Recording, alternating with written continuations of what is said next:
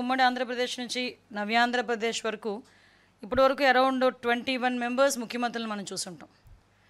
ఎప్పుడైనా అభివృద్ధి గురించి సంక్షేమం గురించి మాట్లాడుకోవాలనుకున్నా, ఆంధ్రప్రదేశ్ తాలూకా బ్రాండ్ ఇమేజ్ గురించి మనం మాట్లాడుకోవాలనుకున్నా, ఆంధ్రప్రదేశ్ అనే పదం మనకి ఎక్కడ వినబడినా కూడా ఫస్ట్ టక్కుని గుర్తొచ్చే మనిషి గౌరవ సీఎం గారు నారా చంద్రబాబు నాయుడు గారు. ఎందుకంటే ప్రత్యేకంగా మనం ఎప్పటి నుంచి చూసినా కూడా అభివృద్ధిని సంక్షేమాన్ని రెండు కళ్ళుగా చేసుకొని ఎన్ని ఆర్థిక ఇష్యూస్ ఉన్నప్పటికీ కూడా, అంటే ఆర్థికంగా మనం ఎక్కడ బలంగా లేకపోయినా, ఎటువంటి ఇష్యూస్ ఉన్నా కూడా ప్రజలకి మంచి చేయాలనే ఆలోచనతో ప్రజల శ్రేయస్సే పరమావధిగా భావించి ఈరోజు గౌరవ ముఖ్యమంత్రి గారు చేస్తున్న కార్యక్రమాలన్నీ కూడా మీ అందరికీ కూడా తెలిసినవే. అరౌండ్ మనం కూడా మళ్ళీ చెప్తున్నా, ఆంధ్రప్రదేశ్ బ్రాండ్ అని గురించి మాట్లాడితే కనుక టక్కును గుర్తొచ్చేది మన చంద్రబాబు నాయుడు గారి పేరు. అటువంటి వ్యక్తి 14 నెలల ఈ జర్నీలో చూసుకుంటే అరౌండ్ ఒక పక్క నుంచి అభివృద్ధి, ఒక పక్క నుంచి సంక్షేమం, సూపర్ 6లో భాగంగా మేము చెప్పిన అన్ని అంశాలని కూడా పరిగణలోకి తీసుకొని ఈరోజు ప్రజలకు ఇవ్వాలనే ఉద్దేశంతో ఆర్థిక ఇబ్బందులు ఉన్నా కూడా సంక్షేమానికి ఎక్కడా కూడా ఇబ్బంది లేకుండా ఈరోజు ముందుకు నడిపిస్తున్న వ్యక్తి గౌరవ చంద్రబాబు నాయుడు గారు. ఓవరాల్గా చేశారంటే మీ అందరికీ తెలుసు, ఈ ఒక్క నెలలోనే మనం చూసుకుంటే పోయిన నెలలో మనకి తల్లికి వందనం కింద ఎంతమంది పిల్లలు ఉంటే అంతమందికి కూడా అకౌంట్లో డబ్బులు పడటం, అదేవిధంగా తర్వాత ఈ నెలలో కూడా చూసుకుంటే అన్నదాత సుఖీభవ ఒక కార్యక్రమం ద్వారా రైతన్నలకి డబ్బులు పడటం, ఇప్పుడు నేతన్నలకి అదేవిధంగా నాయి బ్రాహ్మణ్స్ సోదరులకి కూడా మనకి 200 యూనిట్ల వరకు కూడా ఉచిత విద్యుత్తుని మనము ఈరోజు ప్రవేశపెట్టడం, అదేవిధంగా మనందరికీ కూడా చాలా ప్రెస్టేజియస్ ఇష్యూగా తీసుకొని ఆడబడుచులందరికీ కూడా మంచి చేయాలనే ఉద్దేశంతో స్త్రీ శక్తి ఉచిత బస్సు ప్రయాణం కూడా ప్రారంభించాం. మీ అందరికీ తెలుసు, ఈరోజు ఇక్కడ ఉన్న వాళ్ళు చాలామంది మీ తాలూకా ఇంట్లోని ఆడవాళ్ళందరూ కూడా ఈ ఉచిత బస్సు ప్రయాణ సౌకర్యాన్ని అందరూ కూడా వినియోగించుకునే పరిస్థితి ఈరోజు కనిపిస్తూ ఉంది. ముఖ్యంగా ఈ ఉచిత బస్సు ప్రయాణం సుమారుగా చూసుకుంటానండి, దగ్గర నిన్న ఒక్కరోజే 18 నుంచి 20 లక్షల మంది మహిళలు ఉచిత బస్సు పథకం ద్వారా లబ్ధి పొందడం జరిగింది. అంటే లాస్ట్ 5 డేస్లో కూడా చూసుకుంటే 20 crores మేర లబ్ధి జరిగింది మహిళా లోకానికి. అంటే నేను ఎందుకు ఇవన్నీ చెప్తున్నానంటే, ఈరోజు మహిళా సంక్షేమం ఒకవైపు, ఒక పక్క పింఛన్లు ఇచ్చి కూడా ఎన్టీఆర్ భరోసా కింద ప్రతి ఒక్కరికి కూడా 4,000 రూపాయలు పింఛన్ అనుకున్నట్టుగా ఇవ్వటం, ఇవన్నీ కూడా సంక్షేమానికి పెద్దపీట వేసే విధంగా ఈరోజు గవర్నమెంట్ పనిచేస్తూ, అదేవిధంగా ఒక పక్క నుంచి అభివృద్ధి గురించి ఆలోచన చేసుకుంటే, ఒక పక్క అమరావతి నిర్మాణానికి, పోలవరం నిర్మాణానికి, ఆఖరికి గ్రామీణ స్థాయిలో రోడ్లకి, డ్రైన్లకి, ఇరిగేషన్ డిపార్ట్మెంట్కి ప్రతి ఒక్కటి కూడా అభివృద్ధి కార్యక్రమాలు ఒకవైపు, సంక్షేమ కార్యక్రమాలు ఒకవైపు నుంచి మనం చేసుకుంటూ ప్రజలు కూడా ప్రశాంతంగా ఉండే పరిస్థితి నుంచి ప్రశాంతంగా ఉన్నారు. ఎందుకని చెప్తున్నానంటే, ఇంతకుముందు లాస్ట్ 19 to 24 అండి, ఎవరైనా ఒక ఇద్దరు కూర్చొని మాట్లాడుకోవాలనుకుంటున్నప్పుడు ఏం మాట్లాడుకునేవారు తెలుసా?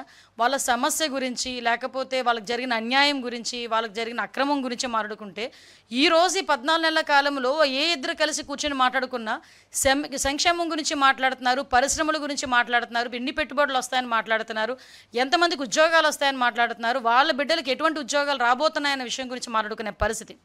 దీన్నంతటినీ చూసి ఓవరాల్గా చెప్పాలంటే ఈరోజు ఒక ఎదురుదాడి చేసే ప్రయత్నం చేస్తున్నారు.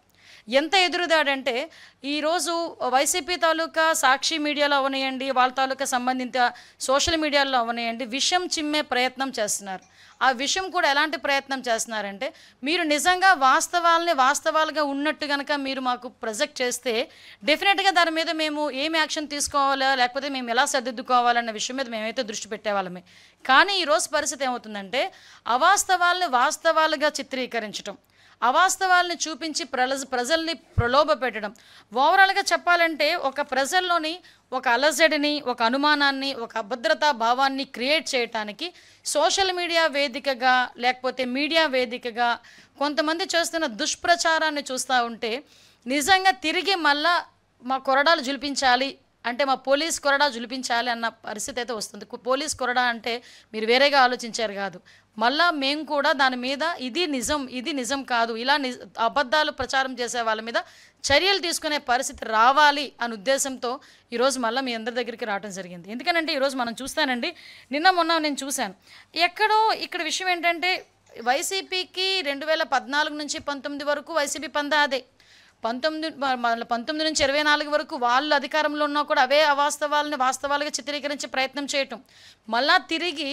ఇప్పుడు 24 నుంచి ఈ రోజు వరకు కూడా అదే పందాన్ని వీళ్ళు కొనసాగిస్తుంటే, దీన్ని సామాన్యంగా ఏమనాలంటే వారసత్వంగా వచ్చే సమస్యలేమో ఇవి.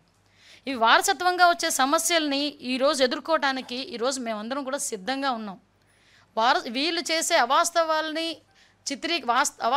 వాస్తవాలుగా చిత్రీకరించడానికి వీళ్ళు చేసే ప్రయత్నాలని కూడా తిప్పికొట్టేందుకు కూడా మేము కూడా, మా ప్రభుత్వం కూడా, ఎన్డీఏ కూటమి కూడా సిద్ధంగా ఉందని చెప్పడానికి ఈరోజు మేము అందరికీ కూడా ప్రెస్ మీట్ పెట్టడం జరిగింది. ఈరోజు మనం చూసామండి, నిన్న మొన్న మనం చూసాం, ఉదయం లేచిన దగ్గర నుంచి మొదలు పెడతారండి, అమరావతి మునిగిపోయింది, అమరావతి మునిగిపోయింది, అమరావతి మునిగిపోయింది. అరే అమరావతి మునిగిపోయింది అని మాట్లాడితే నేను ఒకటే క్వశ్చన్ చేస్తున్నా, అమరావతి మునిగిపోతే ఈరోజు స్పీడ్ యాక్సెస్ రోడ్లు ఎక్కడైనా మీకు ఎవరికైనా అవాంతరాలు ఏమైనా వచ్చినాయా? ఈరోజు మీరందరూ కూడా బళ్ళు మీదో కార్ల మీదో ఏదో రకంగా ఇక్కడికి వచ్చి ఉంటారు కదా. ఎక్కడైనా రహదారులు ఏమైనా అడ్డుకున్నాయా? ఎక్కడైనా రోడ్లు కొట్టుకుపోయినాయా? మీరు చెప్పండి.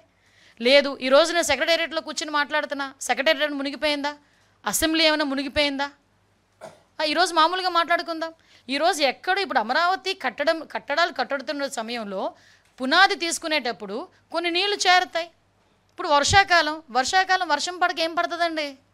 వర్షం పడితే నీళ్ళు రాక ఏమొస్తాయండి? నీళ్ళు వచ్చినప్పుడు పునాదులు తీసినప్పుడు నీళ్ళు ఉంటగా నీళ్ళు ఆ పునాదుల్లోని కానీ ఆ చిన్న చిన్న గోతుల్లో కానీ నీళ్ళు రాకపోతే ఏమొస్తాయండి? 10 నుంచి 20 సెంటీమీటర్లు వర్షం పడేటప్పుడు నీళ్లు స్టాగ్నెంట్ అవ్వవా ఒక దగ్గర? దాన్ని బూచీగా చూపించి ఏకంగా ఈ క్వాంటమ్ వ్యాలీ దగ్గర ఇంత నీరు వచ్చేసింది, అంత నీరు వచ్చేసిందని వైసీపీ మీడియాల్లోని, వైసీపీ సోషల్ మీడియాస్లోని కొంతమంది చేత అబద్ధపు ప్రచారాలు. ఇతగాడెవడో సిద్ధార్థి సుభాష్ చంద్రబోస్ అంట, ఒకే ఒక్క వర్షం అమరావతి జలమయం. ఎక్కడి నుంచి పేపర్ తీసుకొచ్చి ఈరోజు ఆ ఫోటోలు పెడతారంటే నాకు అర్థం కాదు. ఈరోజు ఇలాంటివి సోషల్ మీడియాలో వేసి దీని గురించి అమరావతి కోసం 3 రిజర్వాయర్లు ఎందుకు, అమరావతిని ఒక రిజర్వాయర్గా కడితే పోలే, ఈ మూడు పంటల పండనేలా రిజర్వాయర్లు నీళ్లు పుష్కలంగా ఉండాయి కదా. అంటే ఇలాంటి ఒక రకమైన నెగిటివ్ యాంగిల్లో ప్రొజెక్ట్ చేయటం ఇది ఒక్కటే కాదండి. ఇలాగా ఒక మూకుమ్మడిగా అమరావతి మీద దాడి చేశారు. ఈరోజు అమరావతి అనేసరికి ఒక ఆంధ్రప్రదేశ్ ప్రజల సెంటిమెంట్. ఆ అమరావతి రాజధానిగా ఉండాలని మహిళా రైతులు బయటకు వచ్చి సుమారుగా 5 సంవత్సరాలు పోరాటం చేసిన విషయం మర్చిపోయారా ఈ సోషల్ మీడియా బ్యాచ్? 5 సంవత్సరాల పాటు అమరావతిని రాజధానిగా కాదు 3 రాజధానులని జగన్మోహన్ రెడ్డి మాట్లాడితే అమరావతి సెంటిమెంట్ మాకు ఇక్కడ అమరావతి రాజధానిగా కొనసాగాలి అని కొన్ని వేల మంది మహిళా రైతులు ఆ రోజు బయటకు వచ్చి, లక్షలాది మందిగా బయటకు వచ్చి ఒక పక్క పాదయాత్రలు చేసి ఈరోజు అమరావతిని సాధించుకునే పరిస్థితి. అటువంటి అమరావతి మీద మళ్ళీ బురద చల్లటం. ఈరోజు అమరావతి కట్టడానికి సెంట్రల్ గవర్నమెంట్ కూడా సపోర్ట్ చేసి ఫండ్ తీసుకొచ్చుకొని మనం అన్నీ కూడా అమరావతిలో ప్రతిదీ కూడా నిర్మాణం చేసుకోవాలని చెప్పి ఇటుక పేర్చుకుంటూ ఒకటి ముందుకెళ్తుంటే గౌరవ ముఖ్యమంత్రి గారు ఈరోజు అది చూసి ఓర్వలేక ఈరోజు అమరావతి మీద దుష్ప్రచారం చేయడానికి అమరావతి మునిగిపోతుంది, అమరావతిలో వాటర్ అన్నీ కూడా ఎవడో మాటలు రాస్తాడు, వాళ్ళు పొన్నూరు వైపు మలిచేశారని చెప్పేసి ఒకటి రాస్తాడు. అంటే అమరావతి మునిగిపోకుండా ఉండడానికి ఇంకొక డైవర్ట్ చేశారు. వీళ్ళ ఏదో వచ్చి కాలువలు తవ్వినట్టు, వీళ్ళ సిచ్యువేషన్లో వచ్చి కూర్చొని మాట్లాడినట్టు, అంటే ఏదో పేపరు పెన్ను ఉంది, కీప్యాడ్ ఉంది, మొబైల్ ఉంది, మా నచ్చినట్టు రాసుకుంటామంటే ఎలా అవుతుంది? మేము ఇలాంటి వాళ్ళ మీద కేసు పెట్టకూడదా? ఈరోజు ప్రజల్లో ఒక రకమైన ఆందోళన కలగదా? ఒక రకమైన అలజడి ఉండదా? ఒక రకమైన అభద్రతా భావం క్రియేట్ అవ్వదా? ఈరోజు నేనే చెప్తున్నాను, ఈరోజు మీరందరూ వచ్చున్నారు ఇక్కడికి, మీరందరూ ఎక్కడ కూడా ఏ బోట్లోనే రాలేదు, నీటిలో ఈదుకునే రాలేదు, కనీసం అనకూడదు కానీ మీ ప్యాంటు కూడా చిన్నది కూడా తడిచిన పరిస్థితి కూడా లేదు. ఎక్కడండి మునిగిపోయింది? ఈరోజు సెక్రటేరియట్లో మేము కూర్చొని మాట్లాడుతున్నా, సెక్రటేరియట్ మునిగిపోలేదు, మరి అమరావతి మునిగిపోయిందని ఇలాంటి ఫేక్ ప్రచారాలు చేసినప్పుడు ఎలాగ ఈరోజు పేపర్లోని గట్ట కొంతమంది రాస్తున్నారు? నేను అందరి మీడియా వాళ్ళ గురించి మాట్లాడలే, స్పెసిఫిక్గా కొంత మీడియా ఏం జరుగుతుందంటే ఒక బురద జల్లే కార్యక్రమం మీదే ఉన్నారు. ఈరోజు మనం చూసుకుంటున్నాం, ఈరోజు రాజకీయంగా వాళ్ళు డైరెక్ట్గా దెబ్బతీసేది లేక రాష్ట్రం తాలూకా బ్రాండ్ని దెబ్బతీసే పరిస్థితుల్లో ఈరోజు కనిపిస్తూ ఉంది. మరొకరు రాస్తారు విజయవాడలో విలయతాండవం చేస్తుంది అంటారు. నేనేమో రీసెంట్గా మొన్న ఒక కలెక్టర్ గారికి నాకు ఏదో పేపర్లో ఒక స్క్రోల్ వస్తే గబగబా కలెక్టర్ గారికి ఫోన్ చేశాను. కలెక్టర్ గారు ఏంటంటే అక్కడ వాగు ఏదో కొంచెం పొంగుతుందట అంటే, లిటరల్లీ మీరు నమ్ముతారా, కలెక్టర్ సాక్షాత్తు ఒక సెల్ఫీ వీడియో రిలీజ్ చేశారు, ఎటువంటి భయాందోళనకు గురి కాకండి, అక్కడ ఏమీ జరగట్లేదు అని. మళ్ళీ నెక్స్ట్ డే నేను ఎక్కడ నమ్మనేమోనని అక్కడికి వెళ్ళి ఫోటో తీసి నాకు గూగుల్ మ్యాప్ నుంచి ఫోటో తీసి చూపించిన పరిస్థితి. అంటే ఎంతవరకు ప్రజలను భయాందోళనకు గురి చేయడానికి చేస్తున్నారు. నిన్నగాక మొన్న ఒక మాజీ మంత్రి చేశారు, మీకు గమనించి కామన్ సెన్స్ లేదా? ఎక్కడో జరిగిన రిగ్గింగ్ని తీసుకొచ్చి పులివెందుల్లో రిగ్గింగ్ జరిగిందని చెప్పి సోషల్ మీడియా వేదికగా ట్విట్టర్లో పెడతారు. అంటే మీరు ఎటువంటి మెసేజ్ ఇవ్వాలనుకుంటున్నారు ప్రజలకి? రాజకీయంగా దెబ్బ కొట్టుకుందామంటే చాలా సందర్భాలు ఉంటాయి, చాలా వేదికలు ఉంటాయి. అంతే తప్పించి అవాస్తవాలని వాస్తవాలుగా చిత్రీకరించడానికి, ప్రజల్ని భయోందోళనకు గురి చేయడానికి మీరు పెట్టే పోస్టులు నిజంగా చెప్పాలంటే జాతీయ ద్రోహం కింద, రాజద్రోహం కింద మేము తీసుకోవాలి. ఈరోజు డెఫినెట్గా రాజద్రోహం కింద తీసుకోవాలి. ఆ రోజు మీరు ఏదో రఘురామకృష్ణరాజు గారి మీద పెట్టింది రాజద్రోహం కాదు, ఇది రాజద్రోహం. అంటే ఈరోజు గవర్నమెంట్ని అంటే ప్రజల్ని తప్పుదోవ పట్టించే విధంగా ఈరోజు మళ్ళీ మనం చూసామండి. ఈరోజు అదే వాళ్ళు ఏమన్నా అమరావతిని రక్షించడానికి డైవర్ట్ చేసి పొన్నూరును ముంచేశారని ఒకరు రాస్తారు. ఇంకొకరేమో ఎక్కడో ప్రకాశం బ్యారేజ్ గేట్లలో 70 గేట్లు 69 గేట్లు పనిచేస్తున్నాయి. 69 గేట్లు పనిచేస్తున్నాయి. ఆ ఒక్క గేటు కూడా ఎందుకు చిన్న రిపేర్ వచ్చిందో కూడా మీ అందరికీ కూడా తెలుసు. లాస్ట్ టైం ఆ పడవను పంపించిన పరిస్థితిలో, పడవ ఢీకొట్టిన పరిస్థితిలో చిన్న రిపేర్, అది కూడా పెద్ద రిపేర్ ఏం కాదు. వాటర్ ఫ్లో తగ్గిన తర్వాత ఆ గేట్ కూడా రిపేర్ చేస్తారు. అంటే 70 గేట్లలో 69 గేట్లు పనిచేస్తూ ఉంటే ప్రకాశం బ్యారేజ్ గేట్లు పనిచేయట్లేదని ఒకటి రాస్తాడు. ఏమనుకుంటారండి? ఆ బుడమేరు మళ్ళీ బుడమేరు వరదలు వచ్చేసి మళ్ళీ విజయవాడలోకి వాటర్ వచ్చేసిందని ఒకటి రాస్తారు. నేను ఎందుకు మాట్లాడుతున్నానంటే ఇప్పటికే ఇలాంటి వాటి మీద ఇలాంటి ప్రచారాల మీద అడ్డుకట్ట వేయాలి. గవర్నమెంట్ మీద ఏదైతే వీళ్ళు దుష్ప్రచారాలు చేస్తున్నారో వీటి మీద ఎట్టి పరిస్థితుల్లోని కూడా మేము అడ్డుకట్ట వేయాల్సిన బాధ్యత ఎన్డీఏ కూటమిగా మా మీద డెఫినెట్గా ఉంది. ఎందుకంటే వీళ్ళకి ఒక నిజంగా చెప్పాలంటే నేను చాలాసార్లు అంటాను, యాంటీ సోషల్ ఎలిమెంట్ అనాలో యాంటీ కాన్స్టిట్యూషనల్ ఎలిమెంట్ అనాలో తెలియదు జగన్మోహన్ రెడ్డిని. ఎందుకంటే నేను చాలా సందర్భాల్లో మేము ఏదో చెప్తా ఉంటే మీరు ఏమనుకుంటారంటే అస్తమానం ఎందుకు అతని గురించి మాట్లాడుతున్నారని మీరు మాట్లాడతారు. అంటే ఒక జాతీయ జెండాకి, ఒక స్వతంత్ర దినోత్సవానికి కూడా వాల్యూ లేకుండా చేసిన వాళ్ళని ఈ రకంగానే మాట్లాడతారు. ఆయన పందా ఇలాగే ఉంటుంది. ఆయన తాలూకా సొంత పేపర్లో ఇలాంటి రోజుకొక ఫేక్ న్యూస్. మొన్న నేనే మీకు చూపించాను. అక్కడ జనాలు లేకపోతే పాత వీడియో తీసుకొచ్చి ఇప్పుడు జనాలని చెప్పి లైవ్ టెలికాస్ట్ చేసే పరిస్థితి కూడా కనిపించింది. ఇవన్నీ ఒక పక్క వీళ్ళు చేస్తూ ఉంటే ఈ రోజుకి కూడా సోషల్ మీడియాలో మళ్ళీ తిరిగి కించపరిచే పోస్టులు పెట్టడం, ఇవన్నీ నేను ఒకటే మాట్లాడుతున్నానండి. ఓవరాల్గా మీకు చెప్పేది ఒకటే, ఈరోజు ప్రభుత్వం గురించి మీకు ఏమైనా వాస్తవాలు ఉన్నాయా? మీకున్న ఆ వాక్ స్వతంత్ర హక్కుని మేము ఎక్కడ కూడా ఇబ్బంది పెట్టాం. కానీ వాస్తవాల్ని వాస్తవాలుగా మాత్రమే రాయాలి. నిజంగా అక్కడ తప్పు జరిగింది, ఆ వాస్తవాన్ని తీసుకొచ్చి వాస్తవంగా రాయండి. డెఫినెట్గా మేము దాని మీద చర్యలు తీసుకుంటాము. డెఫినెట్గా మేము సరిదిద్దుకోవడానికి ఈరోజు గవర్నమెంట్ సిద్ధంగా ఉంది. మేమెవరూ దేవుళ్ళం కాదు, మేము చిన్న తప్పులు చేయొచ్చు. అటువంటి పరిస్థితుల్లో మీరు నిజంగా వాస్తవాలను చెప్పండి. డెఫినెట్గా మేము చేసే పరిస్థితి కూడా మేము ఇలాగే మాట్లాడతాం. అంతే తప్పించి అవాస్తవాలను వాస్తవాలుగా చిత్రీకరించడానికి ఒక దండుపాలెం బ్యాచ్ లాగా కొంతమందిని బయటకు తీసుకొచ్చి ఇదే పనిగా సోషల్ మీడియాలో పోస్టులు పెట్టించి, సోషల్ మీడియాలో నోటుకొచ్చినట్టు మాట్లాడించి, తిరిగి మహిళల గురించి కించపరిచేటట్టు మాట్లాడించి, రెచ్చగొట్టే విధంగా మాట్లాడించి, ప్రజల్ని మభ్యపెట్టడానికో అభద్రతా భావానికి గురి చేయడానికో గనక ప్రయత్నం చేస్తే డెఫినెట్గా లీగల్గా మేము యాక్షన్ తీసుకుంటాం.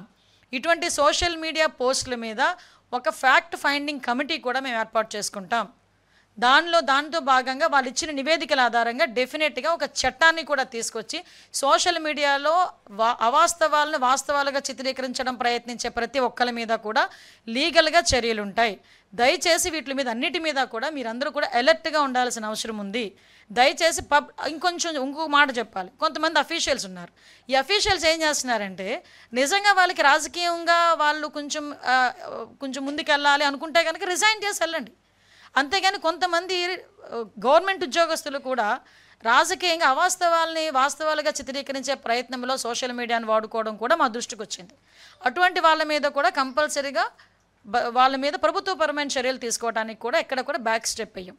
ఈరోజు మహిళల భద్రత అన్నది మేము ఎంత టాప్ ప్రయారిటీ మేము తీసుకునే పరిస్థితి కూడా కనిపిస్తూ ఉంది. ఈరోజు మహిళల భద్రత విషయంలో కానీ సోషల్ మీడియాలో పెట్టిన పోస్టుల విషయంలో కానీ ఒక కఠినమైన చట్టాన్ని తీసుకురావాలనే ఉద్దేశంతో గౌరవ ముఖ్యమంత్రి గారు దీని మీద చాలా చాలా కటువుగా ఉండే పరిస్థితి. ఇటువంటి విషయాల్లో ఇన్వాల్వ్ అయ్యే ఏ ఒక్కరి మీద కూడా ఎట్టి పరిస్థితుల్లోని క్షమాభిక్ష అనేది ఉండదు అన్న సంగతి ముఖ్యమంత్రి గారు చాలా సందర్భాల్లో చెప్పారు.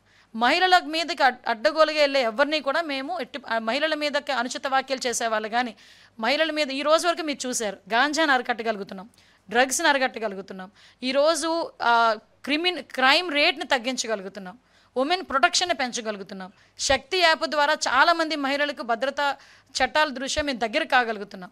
ఇవన్నీ కూడా మేము చేసుకుంటున్నాం. ఒకటే మీ అందరికీ తెలియజెప్తున్నాం, మళ్ళీ ఇలాంటి పరిస్థితులు వస్తాయి కనుక డెఫినెట్గా మేము కఠినమైన చట్టపరమైన చర్యలు కూడా తీసుకుంటాం. లాస్ట్ గవర్నమెంట్లో ఎటువంటి ఫేక్ వార్తలు రాస్తే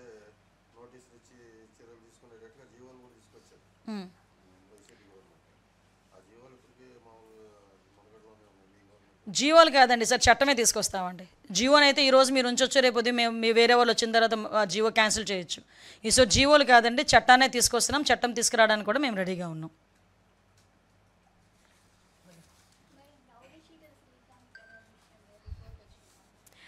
యా, అది రిపోర్ట్ ఇంకా రాలేదండి. రిపోర్ట్ డీటెయిల్ రిపోర్ట్ అయితే వస్తుంది.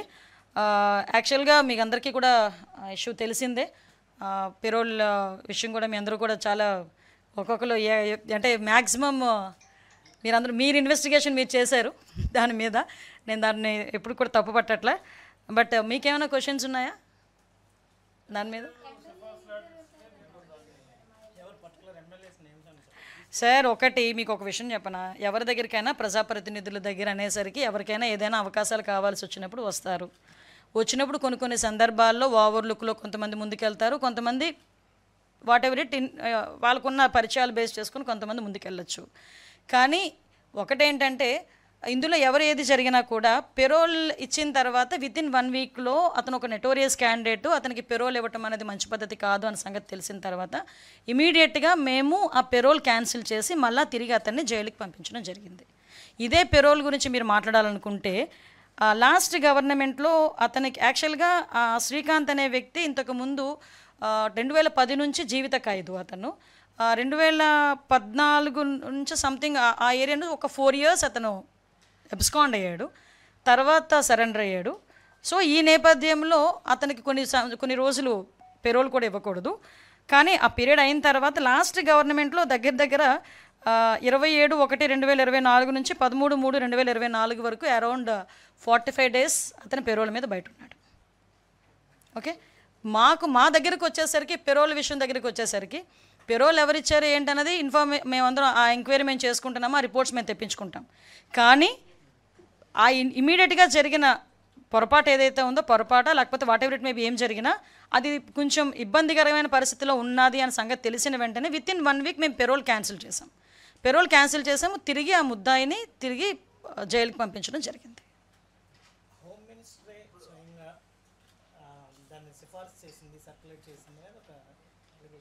ఎవరున్నారు?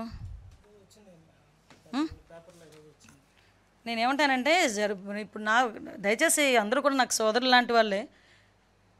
పెరోల్ ఎలా వచ్చింది ఏమొచ్చిందన్న పోస్ట్ మార్టం కన్నా ఆ వెనకాతల జరుగుతున్న సిచ్యువేషన్ గురించి పోస్ట్ మార్టం చేసుంటే మీకు బాగుండేది, నాకు బాగుండేది. ఇప్పుడు ఫర్ ఎగ్జాంపుల్ అంతవరకు సిచ్యువేషన్స్ నిన్న మొన్న కొన్ని సోషల్ మీడియాస్లో హల్చల్ చేసినాయి. హూ ఈజ్ దట్ ఫెలో, ఆవిడ ఏంటి బ్యాక్గ్రౌండ్ ఏంటి, ఆవిడ ఏం చేస్తుంది. సో నేనేమంటానంటే పెరోల్ అన్నది నేను డెఫినెట్గా చెప్తున్నానండి, పెరోల్ విషయంలో ఎలా వచ్చింది ఏంటన్నది నేనైతే డెఫినెట్గా మేమైతే మా ఎంక్వైరీ రిపోర్ట్ మాకు వస్తుంది, దాని మీద అయితే మేము ఎంక్వైరీ చేస్తున్నాం, అది పక్కన పెట్టండి. కానీ ఇమీడియట్గా మేము స్పందించి మాత్రం పెరోల్ క్యాన్సిల్ చేసి మళ్ళీ తిరిగి మేము లోపల తీసుకొచ్చి పెట్టాం. కానీ ఒకటి చెప్పండి,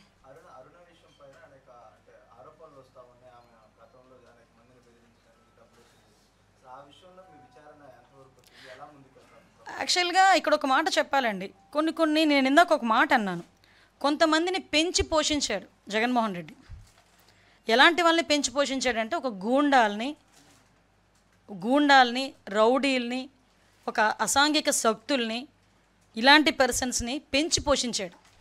ఆ పెంచి పోషించడానికి కారణంగా ఈరోజు వాళ్ళు ఏమనుకుంటున్నారంటే ఇదే అప్పుడున్న పందానే ఇప్పుడు కూడా కొనసాగుతుంది అని వాళ్ళు ఆలోచించుకుంటున్నారు.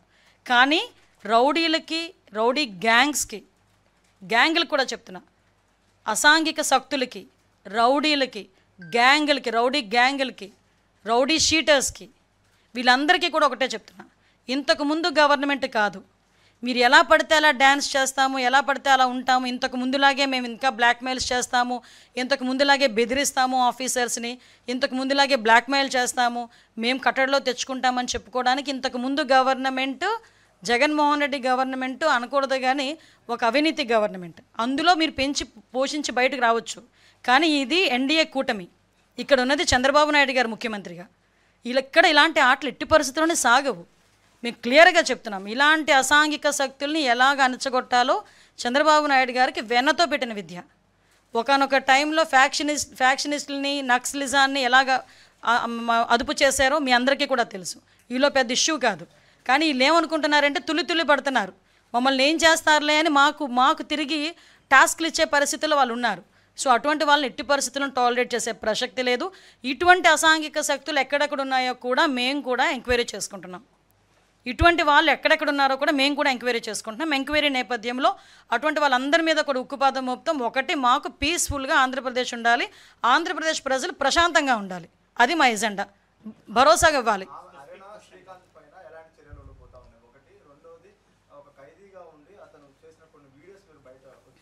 ఎస్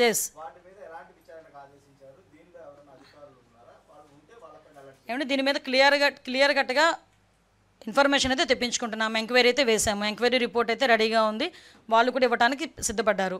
విషయం ఏంటంటే వాట్ ఎవర్ ఇట్ మేబీ, అతను హాస్పిటల్కి వెళ్తున్నప్పుడు, మన ఈ వీడియోస్ వచ్చినవి కూడా, అతను ఏదో హాస్పిటల్కి వెళ్తున్నప్పుడు ఇది యాక్సిడెంట్ జరిగింది, యాక్సిడెంట్ నేపథ్యంలో అతను ఒక హాస్పిటల్లో జాయిన్ అయ్యారు అన్నది వచ్చిన ఇన్ఫర్మేషన్. ఆ హాస్పిటల్లో ఎట్టి పరిస్థితుల్లోని ఎవరైతే ఎస్కార్ట్ ఉన్నారో ఆ ఎస్కార్ట్ అయితే పొరపాటు ఉంది. ఎవరైతే ఎస్కార్ట్ డ్యూటీ చేశారో ఆ అఫీషియల్స్ మీద కంపల్సరీగా ప్రభుత్వపరమైన చర్యలు ఉంటాయి, డెఫినెట్గా ఉంటాయి.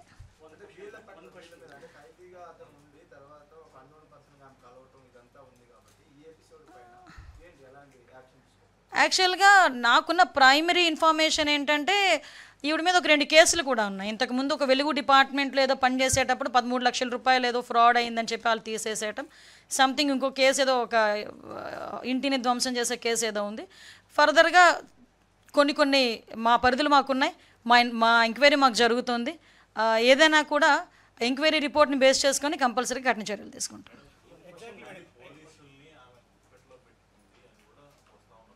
సార్ ఇందాక మీకు ఒక విషయం చెప్పాను అండి, మీకు నేనేం చెప్పానంటే వీళ్ళు కొంతమంది కొన్ని శక్తుల కింద, ఇప్పుడు ఆవిడ one of the Disha foundation అని చెప్పి సెల్ఫ్ డిక్లేర్డ్ సెక్రటరీ షీఈస్, ఆవిడ డిక్లేర్ చేసుకున్న ఒక సెల్ఫ్ డిక్లేర్డ్ సెక్రటరీ దిశా ఫౌండేషన్కి అని చెప్పి. ఆ టైంలో దిశ అన్నది ఎంత పాపులర్ వర్డ్ మీ అందరికీ తెలుసు.